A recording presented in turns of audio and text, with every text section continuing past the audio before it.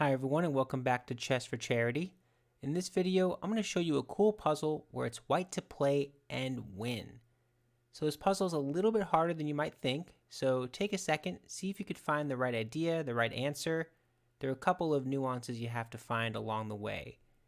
While you're thinking about the answer, let me quickly encourage you to subscribe if you have not yet already. Half of the income I earn in this channel goes directly to charity, so every like, every subscriber, it helps us out so much. Okay, let's get to it here.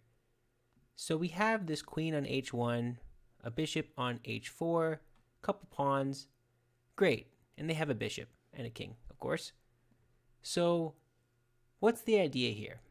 Maybe you find the check in the beginning, and maybe you start to unravel this puzzle. So the first move is to check. Great. But what happens when the bishop drops back? Do you see the complexity of this puzzle a little bit?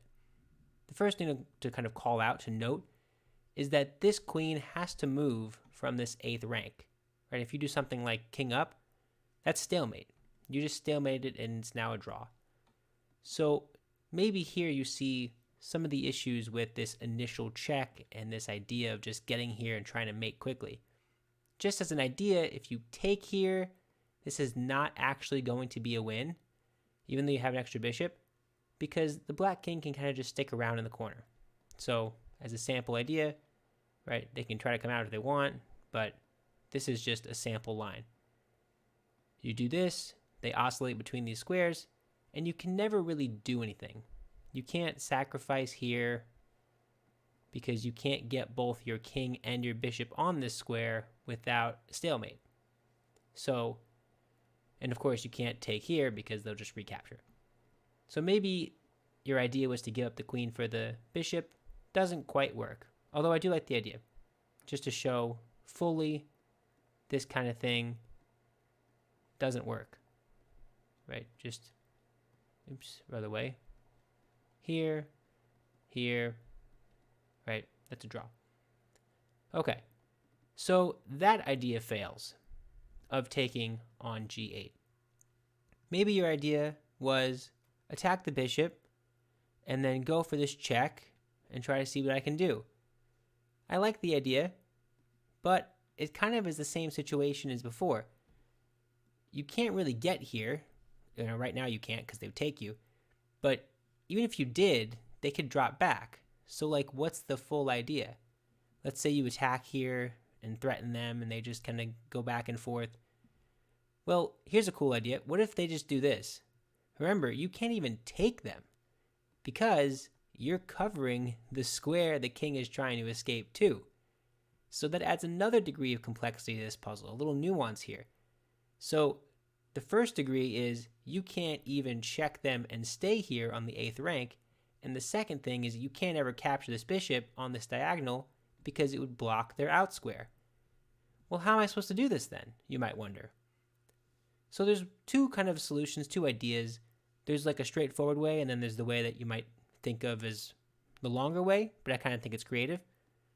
So here's an idea. You check them. They're forced to back up.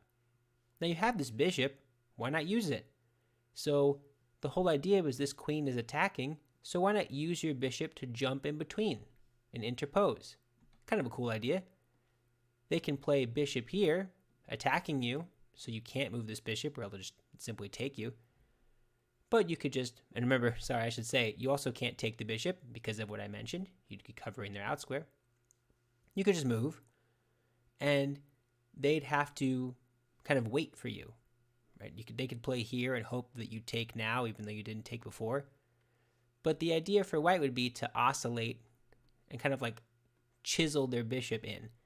So oscillate between the 8th rank and the 7th rank, that is. They'd back up. You'd go here. They'd back up. Right? This is just a sample idea. And maybe you want to go and take here, but another idea is simply queen e5 and then mate on the spot. Cool idea. I don't know if you found that, but taking with the bishop looks cooler. That's an idea. That's one way to win, but that's mate in like 7 or something.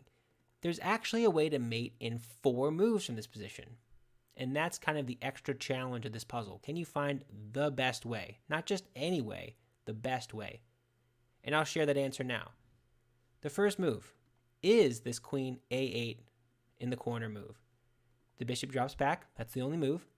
And now instead of putting this bishop on d8 to interpose, which is a cool idea, and we just showed that that works, instead, you kind of meet yourself in the middle here.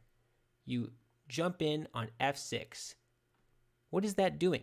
That's forcing them to take you. Okay, they take. And now, what is the idea? What's the fastest way to mate? Queen f8, completely cutting everything off. They have only one move. That move is a pawn move, right? They can't move this bishop. They can't move this pawn. This whole block is completely locked. And from here, do you take here?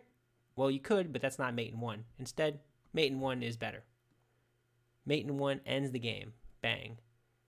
So that's mate in 4. I don't know about you, but I kind of like this bishop oscillation between the 8th and 7th rank and then eventually crashing through on g7. That feels like more human to me somehow. I didn't really think about this move immediately, but eventually it came to mind because this is kind of a normal sacrifice sometimes. But that's it. Mate in 4 from this position. Hopefully you're able to find it. If you did, let me know in the comments. It's a lot of fun.